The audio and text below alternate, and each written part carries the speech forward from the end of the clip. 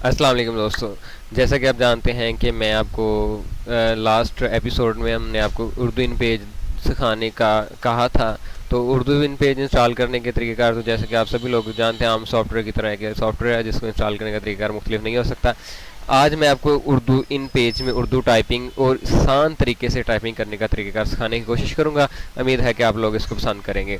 उर्दू इन page के लोगों पे जो शॉर्टकट डेस्कटॉप पे बना होता है उसको डबल क्लिक करने से आपका उर्दू इन पेज सॉफ्टवेयर ओपन हो जाता है। इसकी शॉर्टकट कीज़ जो है वो भी मैं आपको साथ साथ बताऊँगा, और वैसे आप यहाँ से फाइल से भी बताऊँगा।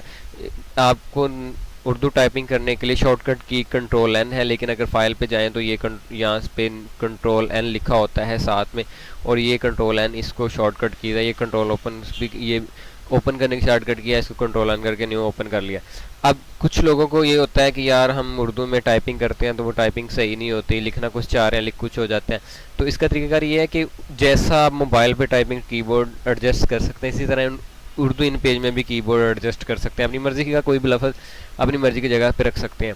आप यहाँ से एडिट पे जाएं, एडिट पे जाकर लास्ट में लिखा होगा परफॉर्मेंस, और वहाँ पे लास्ट पे कीबोर्ड परफॉर्मेंस लिखा होगा। कीबोर्ड परफॉर्मेंस में आप मुख्तलिफ किस्म के कीबोर्ड रख सकते हैं, जैसा कि फोनोटैक्टिक, ये आम लोग पर पाकिस्तान में इस्तेमाल होता है।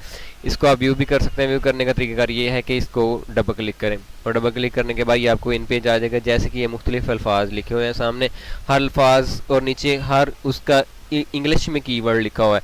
आप इसको प्रिंट भी कर सकते हैं और इसको याद भी कर सकते हैं। आप इसको ख़त्म करने के बाद आपको आसानी से उर्दू टाइपिंग सीख जाएंगे।